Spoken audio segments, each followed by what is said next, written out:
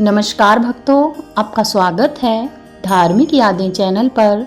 आइए शुरू करते हैं एक आध्यात्मिक सफर जय श्री श्याम के साथ। आज हम सुनेंगे आषाढ़ माह के कृष्ण पक्ष की एकादशी व्रत कथा। धर्मराज युधिष्ठिर ने भगवान श्री कृष्ण से कहा, हे त्रिलोकीनाथ, मैंने ज्येष्ठ माह के शुक्ल पक्ष की निर्जला एकादशी की कथा सुनी। अब आप कृपया करके आषाढ़ माह के कृष्ण पक्ष की एकादशी की कथा सुनाइए। इस एकादशी का नाम तथा महात्म्य क्या है, सो मुझे विस्तार पूर्वक बताएं।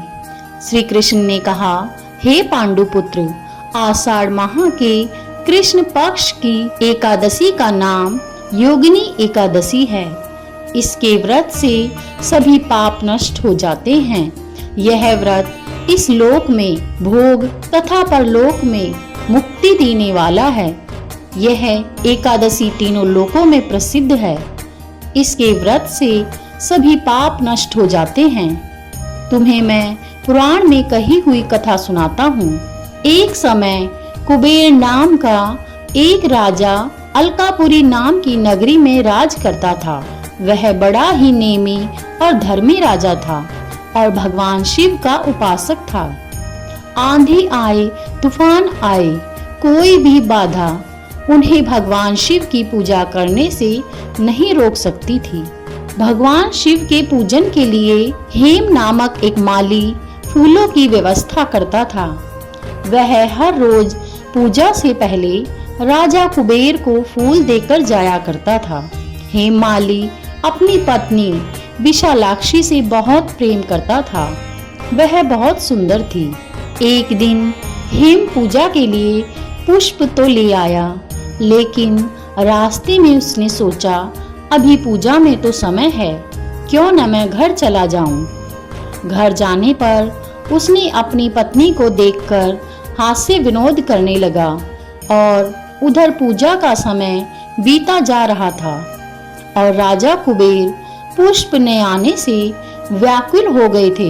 हेममाली की राह देखते देखते जब राजा कुबेर को दोपहर हो गई तो उसने क्रोधपूर्वक अपने सेवकों को आज्ञा दी कि तुम लोग जाकर देखो, पता लगाओ कि हेममाली अभी तक पुष्प लेकर क्यों नहीं आया।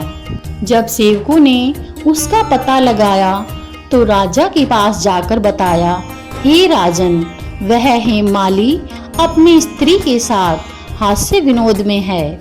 इस बात को सुनकर राजा कुबेर ने हेममाली को बुलाने की आज्ञा दी।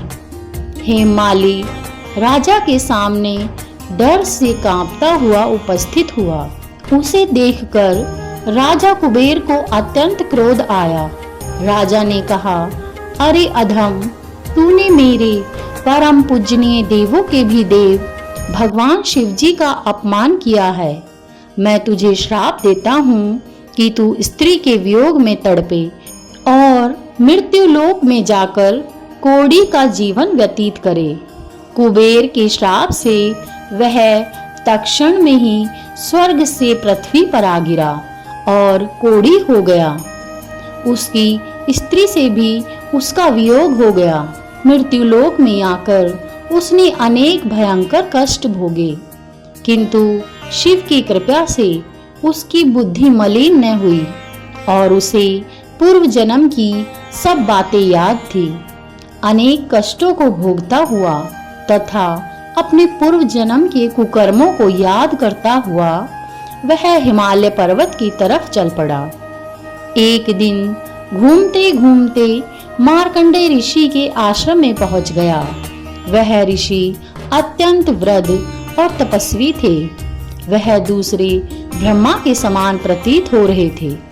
ऋषि को देखकर हेममाली वहां गया और उन्हें प्रणाम करके उनके चरणों में गिर पड़ा और महर्षि से पूछने पर अपनी व्यथा से उन्हें अवगत कराया।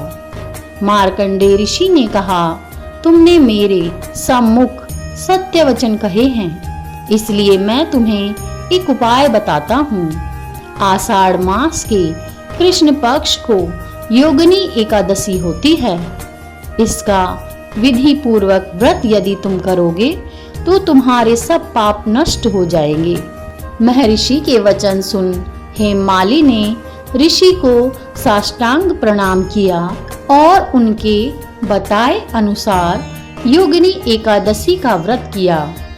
इस प्रकार उसे अपने श्राप से छुटकारा मिला और फिर से वह अपने वास्तविक रूप में आकर अपनी स्त्री के साथ सुख से रहने लगा। भगवान श्री कृष्ण ने कहा, हे राजन, इस योगिनी एकादशी की कथा का फल 88,000 ब्राह्मणों को भोजन कराने के बराबर है। इसके व्रत से सभी पाप नष्ट हो जाते हैं और अंत में मोक्ष प्राप्त करके प्राणी स्वर्ग का अधिकारी बनता है। श्री हरि विष्णु आपकी सभी मनोकामनाएं पूरी करें।